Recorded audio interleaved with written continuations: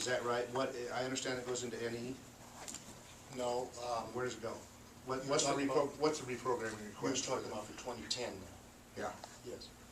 In 2010, there was, my understanding is, a letter was sent to Congress informing Congress that of what's planned for the 2010 activity that had been allocated or appropriated for Yucca Mountain. It's our understanding that the senior leadership of DOE is working with the RW leadership and the general counsel and CFO on this whole issue of how to close out, if you will, the Yucca Mountain activity. But the 2010 activity is not an NE part. We started 2011. Is the responsibility shifts to us. Then it will shift to you. Yes. EM takes over. The plan is that Yucca EM Mountain at that time, right? would have the physical facility at Yucca Mountain, and that NE would have responsibility for the Nuclear Waste Policy Act and implementing that act. But you're not aware of what the reprogramming request is to use those funds that were originally going to be used for the licensing process. They're going to have to reprogram those if they want to use them for something else. But you're not sure what the proposal is for that. Well, there's a letter that was sent that there's an intent to reprogram, and there was an intent to close out the program, to work with employees, to work with the site records, for example, retention of all the records. So that has been sent. That's my understanding. One other thing, this committee has been very supportive of, and one of the things I don't think we had spent enough money on in years gone by is infrastructure. If we're going to retain and bring the best research scientists to work at our national labs and stuff, we've got to have the scientific facilities for them to work in. And as you know, out in Idaho, there were some places were in old grocery stores and garage doors and everything else. But the committee has been very supportive of increasing that budget for infrastructure improvements.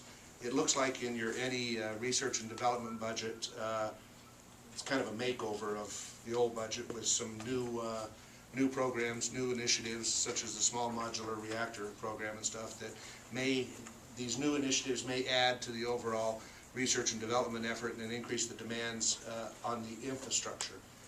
Last year, the committee put in $163.4 million, or I guess $173 million last year into the NE budget, the infrastructure budget at Idaho, which, as you know, they've done some great work out there in building the labs and equipment and so forth.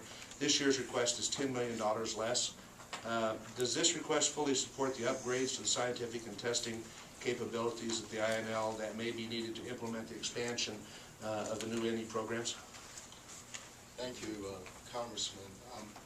This is, again, an extremely interesting question. I had an opportunity to be in Paris for the conference that President Sarkozy had on sustainable energy to talk to my Japanese, Russian, and French colleagues about investment in nuclear energy R&D. There's no question that ours isn't up to what some other countries invest in nuclear energy R&D. But having said that, only about 10 years ago we were at zero.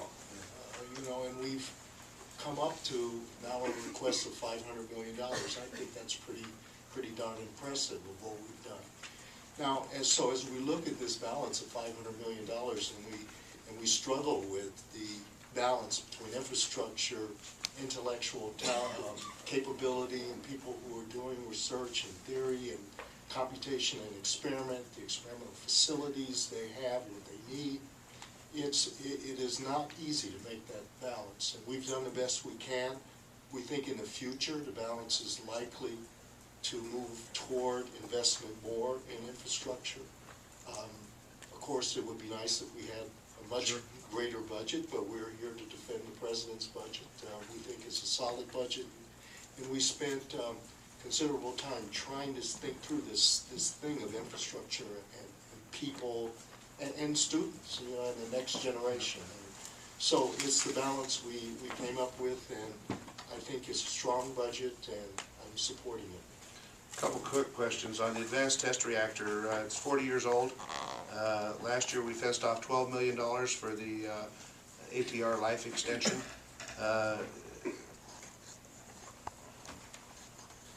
How much is being requested in the FY 2011 for the life extension project at the ATR? Well, the ATR is a component, as you pointed out, of the facilities infrastructure budget, Idaho National Laboratory. I don't have the exact number with me for what fraction of that is for ATR. We can get that number for you. In Oak Ridge, Congress provided $10 million for the Radiochemical Engineering Development Center at the Oak Ridge National Laboratory. Did this investment complete the maintenance for that facility? Because none has been requested in this year, I understand. Yes, thank you for that question also, Congressman Simpson. So in the best of all worlds, we would also be investing in facilities at Oak Ridge National Laboratory, and we would be investing in facilities at other national laboratories. I think that the overall facilities is appropriate for the size of the program of $500 million. But of course, yes, it would be nice if we could also invest in those, but we think we've done the right balance for the size of the budget. But as far as the Radiochemical Engineering and Development Center, it doesn't need any additional money for its maintenance, or is it just that there was not any to request this year? There was just, they could use money, but they just didn't make it in the cut of our request. Okay.